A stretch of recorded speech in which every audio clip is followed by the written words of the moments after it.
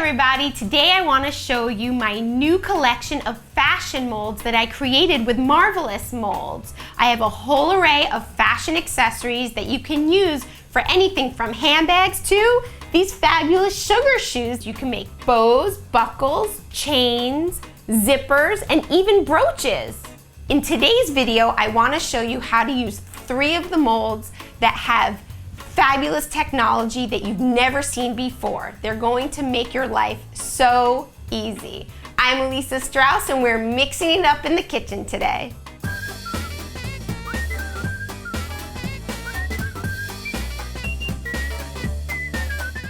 So the first thing I want to show you is this spike mold. It is great for making all these spikes like this on the back of the heel. You can use it as a dog collar, even some type of watch band, really anything where you want to add a little extra flair. To use this mold, you'll see there are 2 cavities. There's the lower part where all the spikes are made, and then the upper part to make the band. And it couldn't be easier. You'll see the fact that it's silicone, you can use fondant, gum paste, any kind of sugar dough. You can use poured sugar, chocolate. It's so flexible that you can use it any way you want.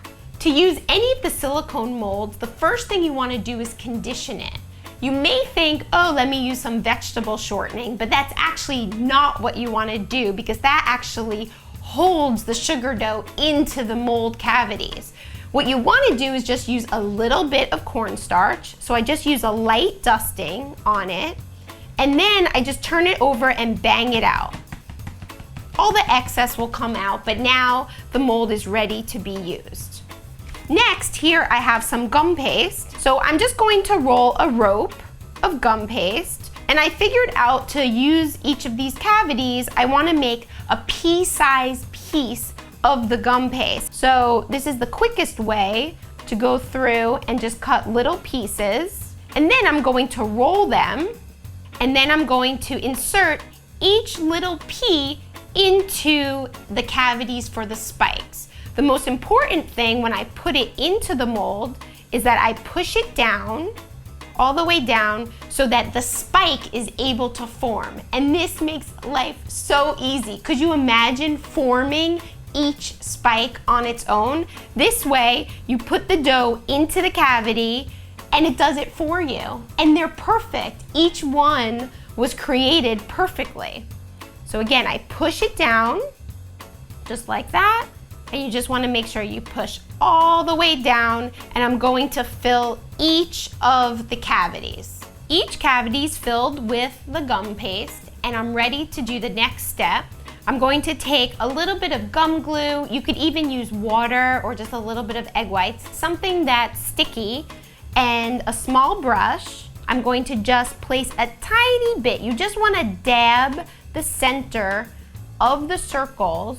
So to fill the next part, what I like to do is just use the same rope, and I make sure one end is nice and flat, and I just start filling the mold. Just like this. And I press it in. And one of the beautiful things about all the Marvelous molds are that they have this blade. It's this edge that obviously you won't cut your finger on. It's soft because it's silicone, but it just tells you exactly where the top is, and it makes it nice and even for anything that you're doing. And then when I reach the end, again, I can push down, and that blade is going to tell me exactly where the mold ends. Now that the mold is completely filled, I'm ready to demold it. What I want to do is just first pull the edges of the silicone. You can see what a nice sharp edge I have, just to make sure nothing's sticking. And then what I want to do is use the force of gravity. I could just pop it up like this, but I want to flip it over. And then I'm gradually going to pull back the mold. And you see how I can just pull back the silicone. You could never do this in a hard plastic mold.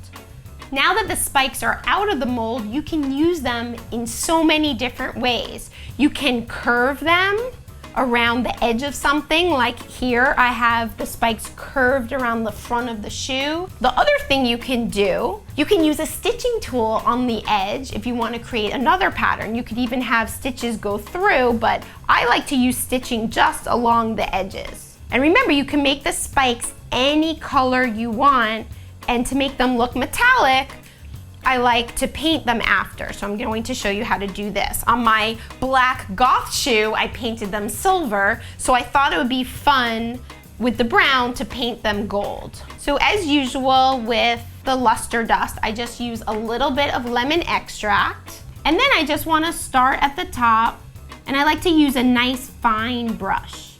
And you want the paint to be a little bit on the thicker side, just to make sure that it doesn't run onto the band of your spike. The spike mold is finished. Next up, I'm going to show you how to make a large chain mold like you've never seen before. Here I have from the line 3 chain molds. I have a large mold, a medium mold, and a small mold. Here on the shoe, you can see an example of it where you could actually see the red through the large chain. Just like before with the spike mold or any of the Marvelous molds, you'll just want to use a little bit of cornstarch, dusted inside and knocked out to season or condition the mold. To use the chain mold, I want to just roll a skinny rope, and I want to place it over the mold and push down. So the first thing I want to do is just gradually push the sugar dough into the mold. And so you can see as I push down, I push the dough into the cavity of making the link, but you could start to see how the blade just pulls away. Look how great that is. It does the work for you. And like the other molds, I'm going to start by pulling the edges just to loosen the links. Again, I'm going to use gravity just by stretching it, and I'm going to push it from the top. But you can see how it starts to pull back. So it's really important, you're kind of going in 2 directions. As you pull this way, you're also pulling it back this way to allow it to fall down. But make sure you're not pulling. You don't want to pull the dough so that it gets misshapen. And really, I've looked all over really the world, and I haven't seen a chain mold that comes out so perfectly and so beautifully like this one. I mean, you just don't find it. Here's the large chain right out of the mold, and you can see how beautiful it is. You don't have to do anything to it. You don't have to go back in and cut out any holes or fix any of the edges.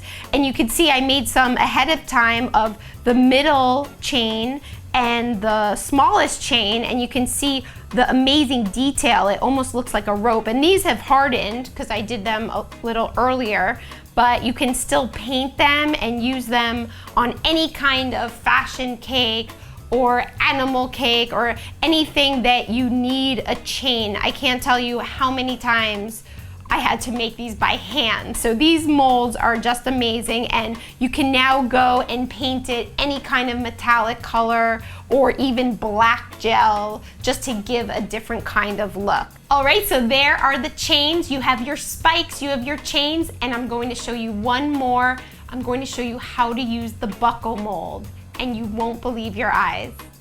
The last mold I'm showing you today are the buckle molds. We have a small buckle mold that was used to make this red little small buckle, and we have a large buckle mold that was used to make the large buckle on the goth shoe. So what I want to do is, just like before, you condition the mold with a little bit of cornstarch, knock it out, and then here again I have a little bit of gum paste, and I'm going to place it right into the mold. And so I'm pressing it down. And you can see as I push it down into the cavity, because I want to get all that detail of the buckle and the little, like the holes that you would put the buckle into. So now you can see I've overfilled my mold.